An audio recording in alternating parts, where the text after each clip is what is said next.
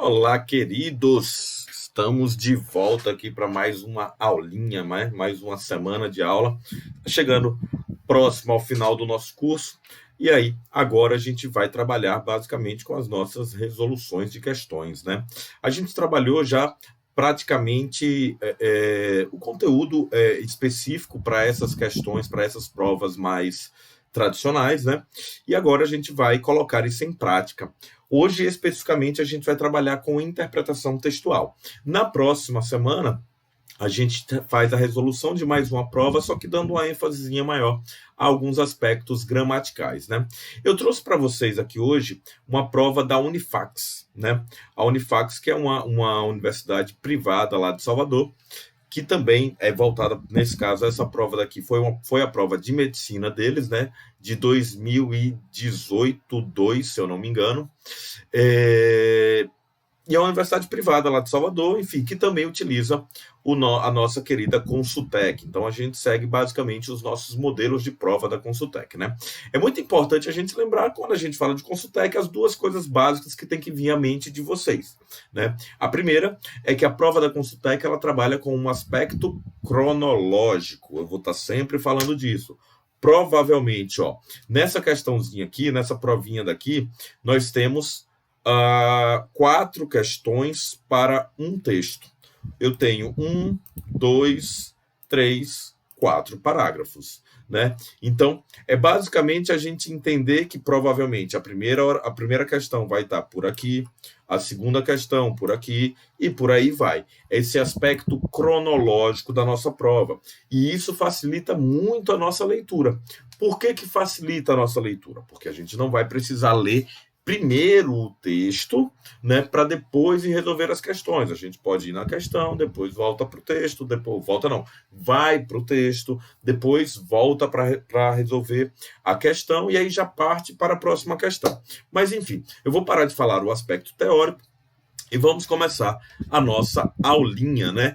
E aí, antes, né, da gente chegar e começar a ler especificamente esse texto, obviamente a gente já começa com a primeira questão, que é a típica primeira questão das provas da Consultec, né? Que são questões basicamente de VOF para a gente poder avaliar, e geralmente essas questões se encontram no primeiro parágrafo, né? You don't have to look for to see someone grasping a bottle of water and sipping religiously as they go about their day, aiming to guzzle up their 8 glasses worth a day.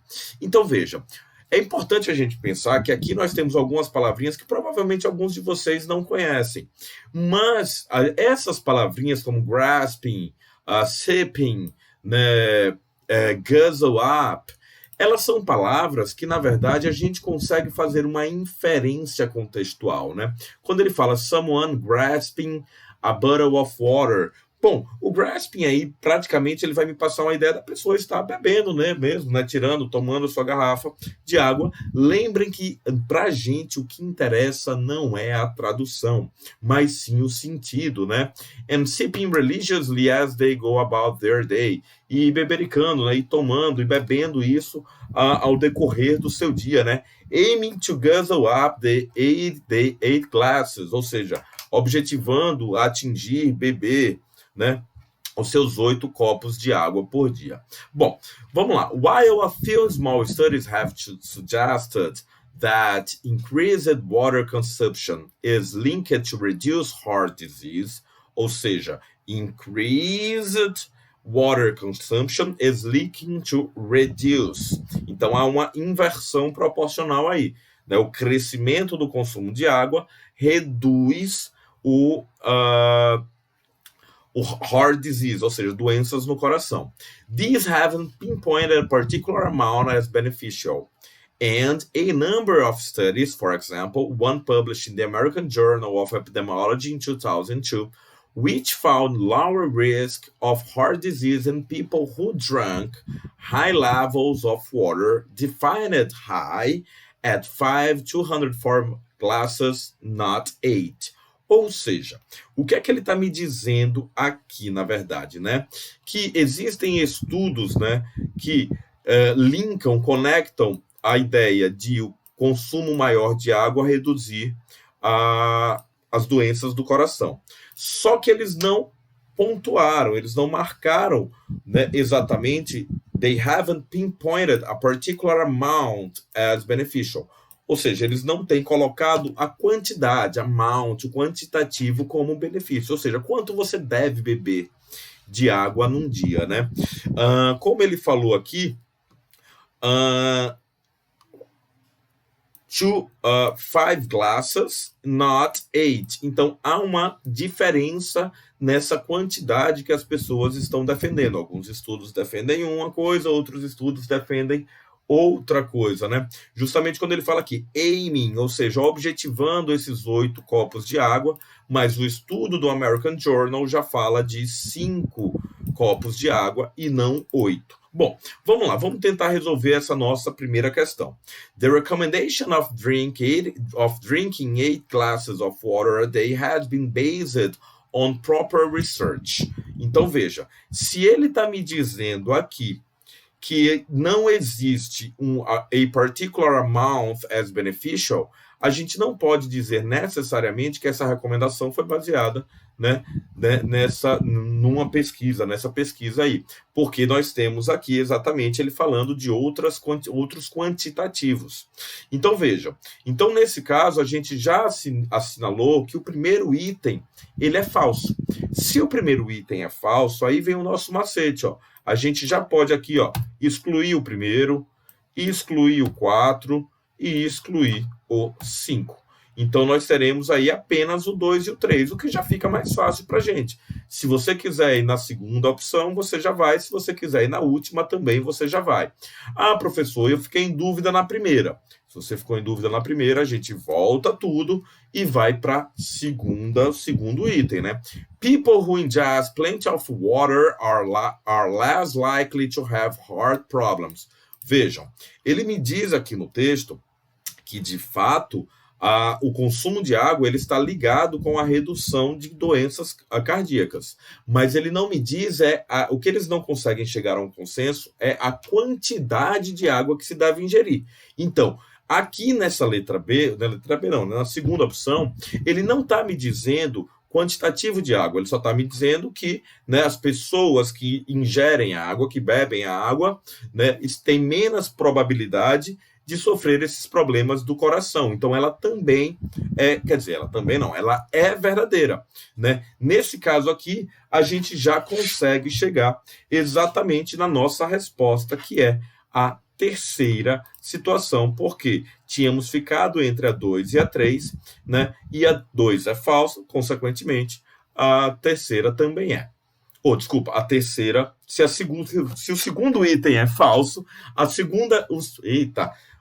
Enfim, vocês conseguiram me entender que esse daqui, sendo esse tópico falso, né, nós já eliminamos o item 2. E aí, bom, se a gente já achou a resposta, mas vamos aqui por 3. Our food and drink provide most of the water we need to be healthy. Bom, se a gente não achamos necessariamente essa informação aqui, certo? E eu vou dizer o porquê que nós não achamos quando respondermos a segunda questão, tá? Mas veja só, no 2 e no 3, eles são true, basicamente, né? Então vamos para o quarto tópico. Both English and American Studies have come to the conclusion that we should consume at least 5 glasses of water per day. E aí? Né? Nós estamos vendo aqui que um foi 5 e o outro foi 8. Para isso, eu quero chamar a atenção de vocês para a palavra both. A palavra both significa ambos. Então, nesse caso, ele está me dizendo que ambos concordaram com 5 copos de água, que não é o caso. Então, ele é falso. Mais uma vez, corrobora com o nosso item 3 aqui. Bom, galerinha, vamos para a segunda questão, né? Na segunda questão, a gente já percebe que o primeiro parágrafo já foi. Professor, você não vai ler o segundo parágrafo, não? Vou, depois que eu ler o item, o que é que o item está me pedindo. Ele fala assim, ó. The amount of water we need depends on. Então, ele me pede para completar uma afirmação, né? According to Professor Lahan New, the alternative that does not complete the sentence correctly is. Então, veja. Se ele está me dando 5 alternativas aqui e ele quer o does not, ou seja, o que não está no texto, é porque provavelmente depende de várias coisas. Vamos procurar essa informação no texto, já começando do segundo parágrafo. O primeiro parágrafo já não me interessa mais. 8 glasses per day is what is recommended by the Public Health England. Ou seja, a saúde pública inglesa, ela recomenda 8 copos de água por dia, says Susan Lahan New, professor of human nutrition at the University of Surrey.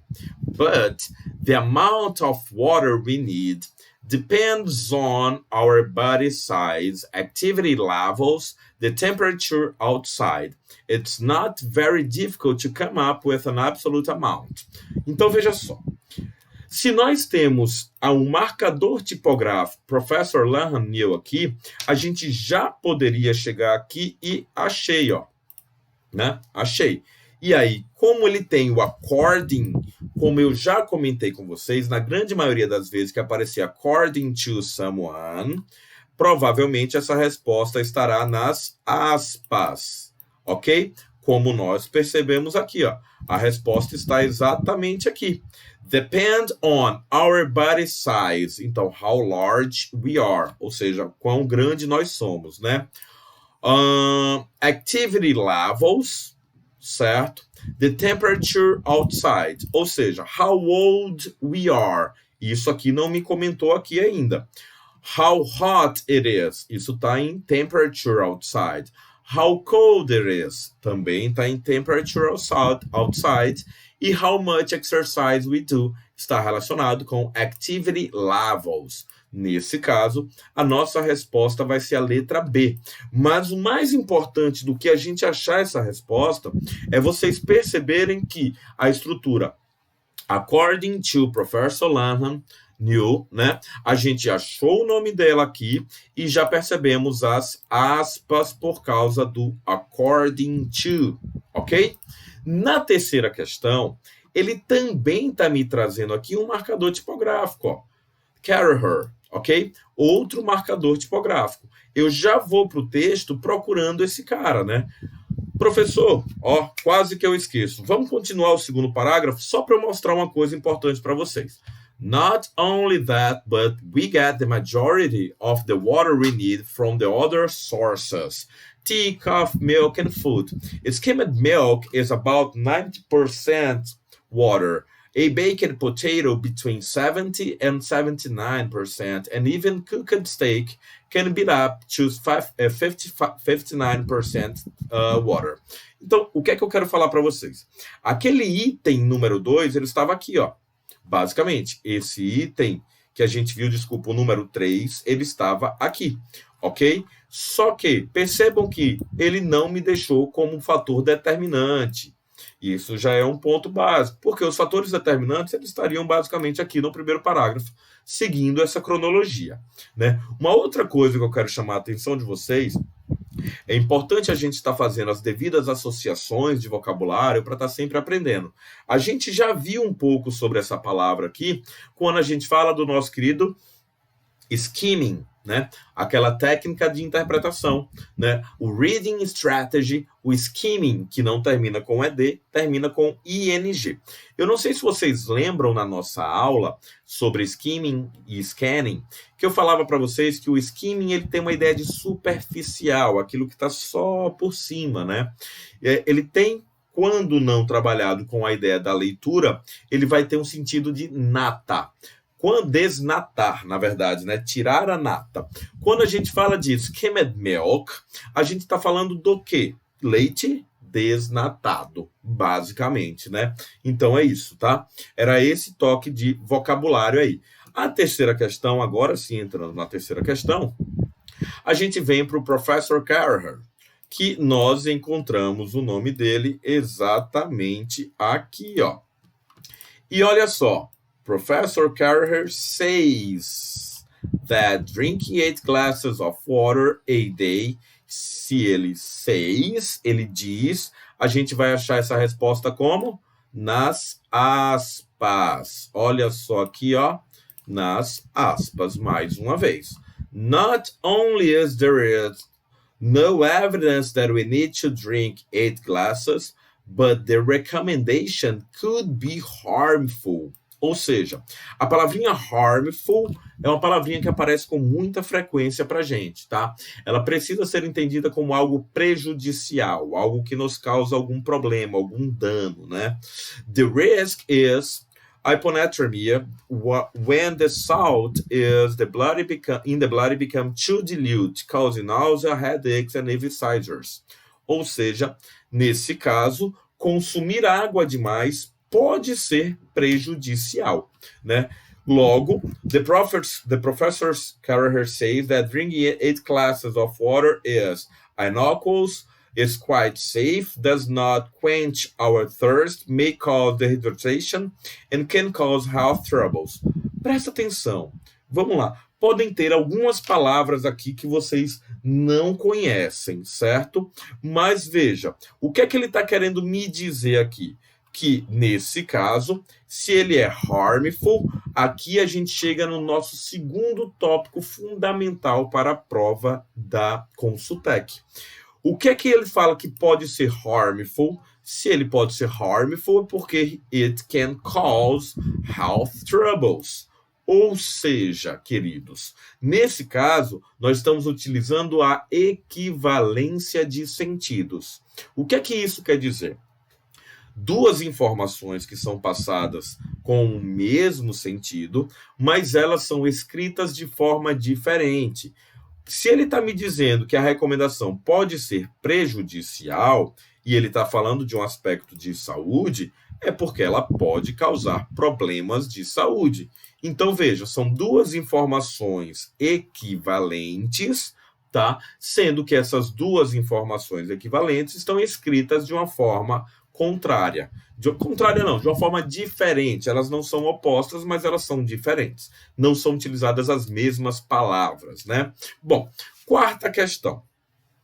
The author concludes that... Olha só, olha o que ele está me dando aqui, ó. Concludes that... Ele já está me falando, obviamente, da nossa querida conclusão. Se o autor conclui que, né, a gente está falando da nossa conclusão. The goal of drinking 8 glasses of water a day, ou seja, the bottom line, quando ele fala the bottom line, enfim, né, o tópico principal aí, o tópico mais importante. As long as you are eating a balanced diet, forget the bottle of water. Em outras palavras, se você está com a, né, dieta balanceada, você não precisa estar se preocupando com a garrafa de água, porque provavelmente você já vai ter esse consumo, né, sendo feito aqui, como a gente viu já no item 3, através de outros alimentos, tá? Então, the author concludes that is a myth we need not worry about. Basicamente, é exatamente o que ele me diz. Se você forget the bottle of water, ou seja, esqueça isso. Se você esqueça, porque essa informação é um mito, né? Should be pursued by all of us? Não necessariamente, porque 8 glasses, presta atenção, tá? O 8 glasses é exatamente o que o outro professor Carraher falou aqui, que pode ser harmful. Então, veja, se ele pode ser harmful, a gente não deveria fazer isso. It's something very easy to achieve, it's very difficult to reach, it's good healthy procedure. Então, veja só que todos eles falam o oposto exatamente do que foi colocado pelo nosso querido autor na sua conclusão, né? Bom, e aí na Unifax, ele me traz um outro texto. Essa questão, essa prova da Unifax, ela só me traz 5 questões, né? Eu trouxe 5 questões para o nosso vídeo não ficar muito extenso. E aí, essa última questão foi uma prova só de interpretação. According to Dr. Will, excess exercise tends to be counterbalanced by excess hunger, exemplified by the phrase working up an appetite. A few people with extraordinary willpower can resist such hunger day after day, but for the vast majority, weight loss through exercise is flawed option.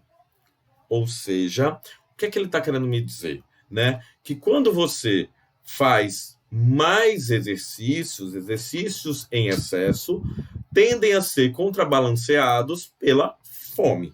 Alguns conseguem segurar essa vontade, né? Essa fome, outros não. Aqueles que conseguem perdem peso, mas a grande maioria não consegue. Então, weight loss through exercise não é uma coisa bacana, né? Então, a resposta que nós temos aí, the more you exercise, the better. Não necessariamente, porque quanto mais você se exercita, mais fome você vai ter e possivelmente você vai comer mais se você não tiver essa força de vontade, o willpower, né? Too much exercise can make you eat more. Vejam, nós já falamos sobre o too. Too passa justamente uma ideia de um intensificador negativo, relacionado a um exagero, né? A uma coisa que você fez além da conta, que é exatamente a equivalência do excess. Então, sim, de fato, né, exercícios em excesso fazem você comer mais. Então, de fato, a resposta aí, a número 2. Beleza? Vigorous exercise will make you burn extra calories. Não é o que ele me diz. Over-exercising, olha só a palavrinha over aí fazendo um papel de algo como para além, né? Além da conta. Over-exercising works wonder if you want to lose weight. Não tão wonder assim, né? Não tão bacana assim. Excess exercise will make you stay in shape. Não necessariamente, porque ele pode fazer você comer mais. Então, nossa resposta aí, exatamente a letra B, não nesse caso, o número 2, né? Queridos, espero que tenha ajudado a vocês, né? Nossa intenção aqui é justamente mostrar como fazer a resolução dessas provas de uma maneira mais fácil, mais rápida e mais direta, porque a gente conhece essa prova especificamente como ela é. Deixo aqui o meu abraço a vocês e nos encontramos na próxima semana. Um cheiro!